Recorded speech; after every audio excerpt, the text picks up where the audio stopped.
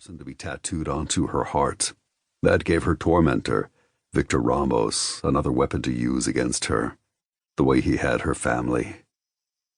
After wriggling into her pink tank and short shorts, and wishing for the 100th time that she'd packed something warmer when she'd fled Florida, she towel-dried her curls, her thoughts turning, until an electronic peal shattered the silence. The perimeter alarm.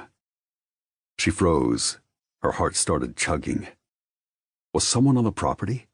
In the house? Days ago, she'd told Trees safety was an illusion. Unfortunately, she'd been right. Layla tossed her damp towel into the sink, then rushed down the hall to Trees' home office to scan his bank of security cameras. Her heart stuttered when she saw a sleek black truck with unreadable plates lunging up the road. That wasn't Trees. It wasn't his friend, Zai. It wasn't one of their 3 bosses, either.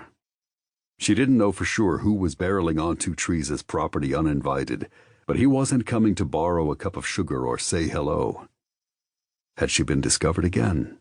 By the Tierra Caliente cartel or by Victor Ramos himself? Either possibility sent panic burning through her. From her bedroom, she heard the ringing of her phone. Trees. He would already know that someone had broken past his security. Did she dare run back to grab the device? She peeked out the living room window to the front of the house. The black truck was rolling to a stop in front. She didn't have time to retrieve her phone. She had to hide, now.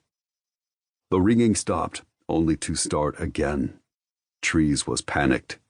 She could practically feel him worrying as he pressed buttons, looked at his cameras, remotely tried to assess the situation and figure out how to save her when he was probably hundreds of miles away. She hated to worry him, but she had to shove regret aside for survival. As she dashed through the kitchen, she caught sight of the intruder, a man in a ski mask stomping toward the door, gun in hand. Terror iced her veins. As she feared, this wasn't a simple burglar looking for jewelry or cool electronics he could fence. He was armed and furious. Layla managed to crouch down before he caught sight of her, but the sudden blast of a gunshot, followed by the shattering of glass, had her shrieking involuntarily and clinging to whatever shadows she could find in the morning light. As the man stepped through the wide-open window, Layla raced to Trees' bedroom, praying she hadn't been spotted, and eased the door shut behind her. She only had one possible hope of staying unharmed now. Shaking from head to toe, she fought to catch her breath as she crept into Trees' closet and shoved aside his clothes. The keypad to his panic room and dungeon gleamed in the semi-dark. The code. She'd seen him punch it in, and she'd committed it to memory just in case. Since the safe house she'd shared with her sister and her nephew in St. Louis had been breached months ago, she'd plotted escape routes everywhere she went. The grocery store, the mall, the movies, and especially anywhere she slept. But she'd felt so safe with Trees. Oh, he'd terrified her since he could make her body crave things that unsettled her and make her heart ache in ways that unraveled her. But he'd given her a sense of security, one she hadn't had for nearly a decade. She'd rationalized that no one would think to look for her in the middle of nowhere, Louisiana, out on property that had every security precaution imaginable. So she had gotten complacent. She hadn't planned an escape route. Layla hadn't thought she would need one. What a horrible time to realize she'd been wrong. She stared at the keypad, dragging in ragged breaths that sounded way too loud in her ears as her thoughts raced. She knew the damn code. Why couldn't she remember it?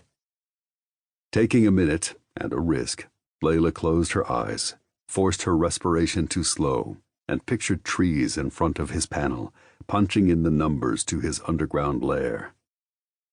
The digits swam through her head as another gunshot, this one inside the house, disturbed the air. She bit her lip to hold in a scream. Then she heard footsteps tromping through the place. She had to reach the panic room before the intruder found her. Finally, she recalled the numbers and lifted her fingers to the buttons, but the whine of electronic devices signaled that the prowler had cut the power. Oh, God.